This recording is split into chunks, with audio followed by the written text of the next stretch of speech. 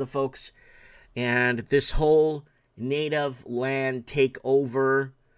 They're going into a part of British Columbia, Canada. British Columbia is just north of Washington State, maybe a 2-3 hour drive from Seattle. Now, in British Columbia, there's a city called Richmond. It's just southwest of Vancouver, like downtown Vancouver. And what's happening there is there's a judge that claims that the land, that a lot of these homes in the part of the city is on native land. And it's turning into an absolute nightmare for the homeowners. Now, I looked into the law of on the banking side. The bank still will demand their money, even though if they get evicted or forced out of their houses. They're going to require permission to sell their homes from the band, the native band.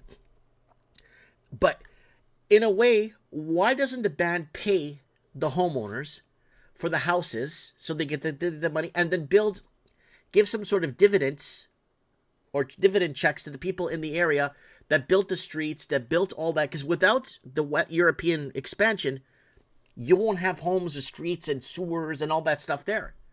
So why not make it fair where, okay, you want your land back, give us back fair market value on our homes, and give the people in the area, and give some, and the homeowners and people that were involved in building that infrastructure, give them some dividend checks, like give them some money back for this. And now let's go into the story here. And Richmond property owners worried after First Nations land claim. So this is massive because a judge made the decision that, yeah, this is now First Nations land. And there's all these homeowners on there. Let's see if they show the homes there. But there's all these homeowners on here in the area, and businesses that are in the area that are being affected by this. And people... property. We have no intentions of selling this property. In August, a BC Supreme Court decision granted the Cowichan tribes rights and title over a section of South Richmond. Over the weekend, the city sending a letter to about 150 property owners, alerting them of a public information session, warning them that this decision could affect their rights. Will anybody want to ever buy a property that is being so affected? Could you get a mortgage and secure that mortgage? The decision itself is 900 pages long and took more than a decade to reach. Legal experts split about what it means. The Cowichan decision, one of 3 in BC that have recognized Aboriginal title. All right, give these people back their land. Give them their land. A majority of us, we'll just go back to Europe. That's okay. If someone comes to me and says, oh, you're on native land, or we're going to take your land, or we are taking back our land, or whatever the deal is, okay, just give me fair market value for my house, right? Just give me fair market value, and I'll just go back. I'll go back to Portugal. It's not a big deal. You know what I'm saying? Just give us our money, and we're gone. This is what's going to spark civil unrest. This is what's going to divide people even further, right? And okay, let's keep going. We got more on this here. Hardworking farmer. Sorry, I got all these windows opening up here. Hardworking farmer. This is from the Daily Mail. So this is from the UK. So they have a billion ads all around here.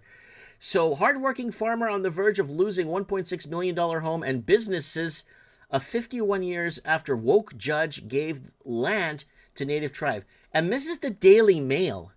This is the British equivalency to CNN.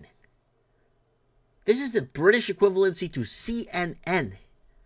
And they're saying woke judge gave land to native tribe. The judge doesn't care because it's not her land. What does she care? She just wants to look good on paper. But again, give everyone back their fair market value of what they put in, what it's valued at, and just go back to Europe.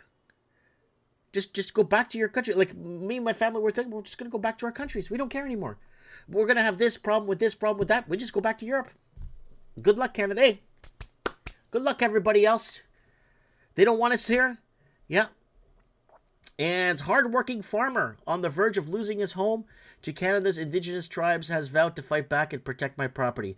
But the thing is, here's the problem. It's going to cost a fortune with lawyers and stuff.